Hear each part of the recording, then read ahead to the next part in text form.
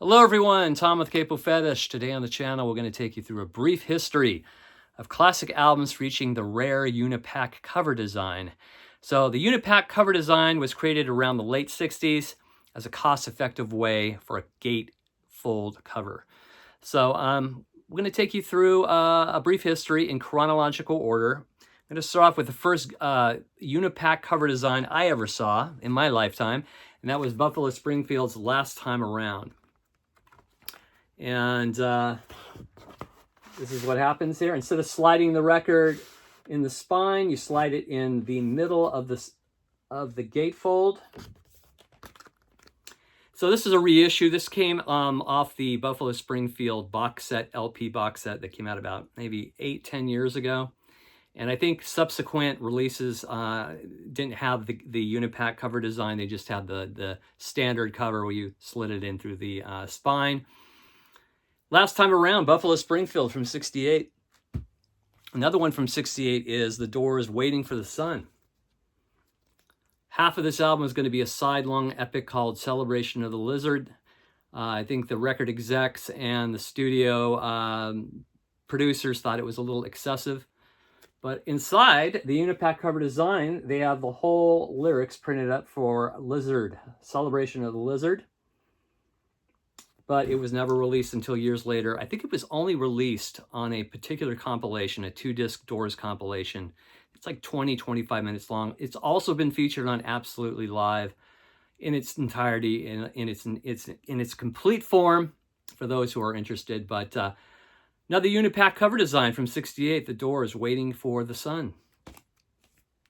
A really cool greatest hits comp here from '68 from the Rascals. Timepiece, the Rascals' greatest hits. I have found this is probably my favorite Rascals comp. It really covers just about everything except for that song that came out in '68 after this was released, People Gotta Be Free. That's not on this compilation. But other than that, it has every essential Rascals hit. So another just fabulous Unipak album cover design and album from 1969, the Byrds' Pre-Flight album. These are demos that were recorded in '64 before the Byrds were signed to Columbia Records. Some of these songs are just outstanding. Here's the gatefold, the Unipak cover. What's really cool on here is you have the original version of You Showed Me, later released by the Turtles, and it became a huge hit. Some of these demos of some of these tracks that would reappear or appear on Mr. Tambourine Man, their debut, are excellent. Like Here Without You, I Knew I'd Want You, You Don't Have to Cry. There's tracks on here that were never recorded when they signed to Columbia. The Airport song, written by McQuinn and Crosby. You Movin', Boston, a Gene Clark song. For Me Again, really, really cool. Really good version of She Has a Way, which was recorded during the Columbia sessions for Mr. Tambourine Man, and then it was featured as a bonus cut on the CD that was released in '96. But yeah, another fantastic Unipak cover design. The Byrds' Pre-Flight, released in '69. Another great one from '69 is the debut from Rod Stewart, the Rod Stewart album. In the UK, it had a different cover, and it was called An Old Raincoat Won't Never Let You Down. Won't Ever Let You Down. And here's the gatefold. And a fabulous Unipak cover design. There's the flip side here. This is the first of like 4 just absolute classic Rod Stewart albums here. This one, Gasoline Alley. Every Picture Tells a Story and Never a Dull Moment are all just must-haves for any collection. So the Rod Stewart album from '69 does a great version of Street Fighting Man. My favorite on here, Handbags and Glad Rads, just a real heartbreaking track here. Rod Stewart album from '69. Another great one from '69, the debut from Poco, Picking Up the Pieces.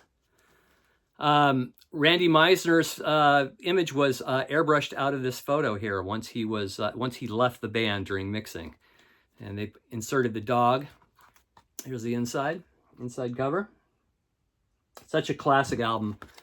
I think one of the best examples of early country rock. Just really a fabulous, I'd say nearly perfect album. Richie Furay coming right after Buffalo Springfield. You've got Jim Messina, of course, going on to Loggins and Messina a few years later. What's the drummer's name? Grantham, I forgot. And Rusty Young on steel guitar. Just fantastic. Poco picking up the pieces, 69. We're really into the 69 phase here for the Unipak cover design. Stand by Sly and the Family Stone. Really cool. This is just an absolute 5-star masterpiece here. Just lost Sly, about a month ago or so. Really, really just one of all-time greats. Sly Stone, a Unipak cover from 69. The Stand album, just a masterpiece. Moving on to 1970. Fabulous debut album from Dave Mason, Alone Together. Only You Know and I Know is the big played hit off this album, but it's really solid all the way through. Here's the Unipak cover design.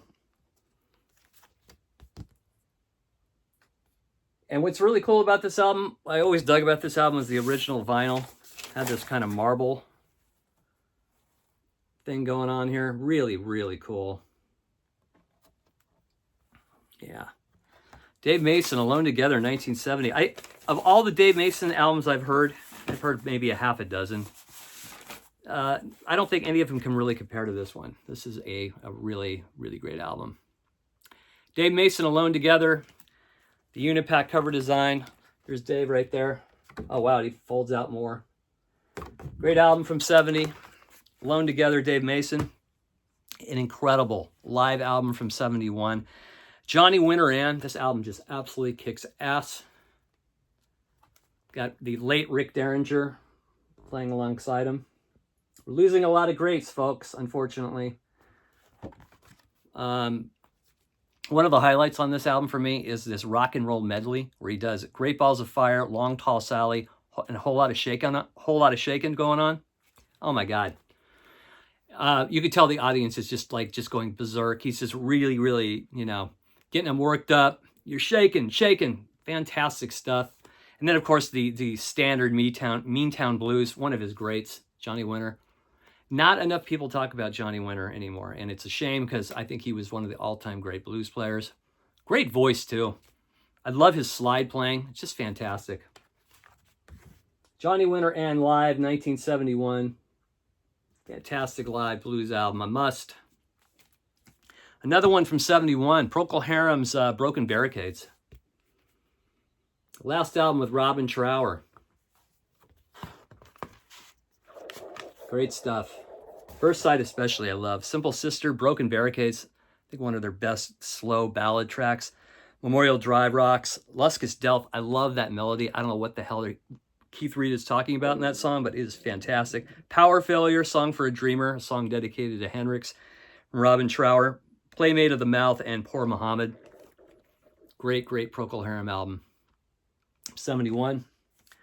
Moving on to 72. What people consider probably their best album. It's definitely in my top 3. Rolling Stones' Exile on Main Street. Really interesting package here. We got the Unipak cover design. And we've got these, we've got these pullouts here. These original pullouts from the album. Really good stuff. Yeah, this album, I think this is one of those albums that I put on when I'm really down in the dumps and I really need a lift. And it really, that combination of just raw rock and roll, blues, country rock, it just really, really hits the right spot for me. So Rolling Stones, Exile on Main Street from 72. How about a great comedy stoner record from 72? Big Bamboo by Cheech and Chong. When I was a child, I just couldn't believe what I was hearing. My friend had this album who lived across the street. That track Herbie and Ralph with the 2 dogs and Sister Mary Elephant, just hysterical. And when you're like 7 years old, this stuff is really impressionable. Here's the gatefold, the Unipak cover design. Featuring a very, very large rolling paper, still intact. There's Cheech and Chong. I mean, maybe you had to be there at the time, that age, but yeah, 1972. This was really funny shit. Big Bamboo, Cheech and Chong from 72. Great album from Mott the Hoople. Mott the Hoople. This is the UK version of this album. The US version had a different cover, and it wasn't a Unipak like this. Kicking off with All the Way from Memphis. You got WizKid on here, Hymn for the Dudes. Driving Sister, Ballad of Mott the Hoople. I love the way they title it. Battle of Mott the Hoople, March 26, 72 in Zurich. Great rock and roll album here. From Mott the Hoople from 1972. I love this cover design. Really cool stuff. And then that was pretty much it. I mean, I know there are other Unipak design covers out there, but they kind of started fading by the mid-70s. And then I found one just by accident when I bought the last album by the Talking Heads in 1988, the Naked album. And surprisingly, when I opened it up, took the shrink wrap off, it was a Unipak. So, not a lot of people's favorite Talking Heads album. They put this kind of low on the scale. I think it's pretty cool. That Nothing But Flowers track is cool. Blind, Mr. Jones. I like Johnny Marr's guitar work on this. This is one of the first sessions he did after leaving the Smiths. And you could tell it's that jangle thing going on in Nothing But Flowers. So yeah, I mean, I wouldn't say it's just a complete horrible album at all. I think it's a good way that they went out. Talking Heads, Naked, one more time, the inside cover. So there you go, folks. Just a brief little history of the Unipak cover design from 1968 to 88. If you have any more to throw them in the comment sections.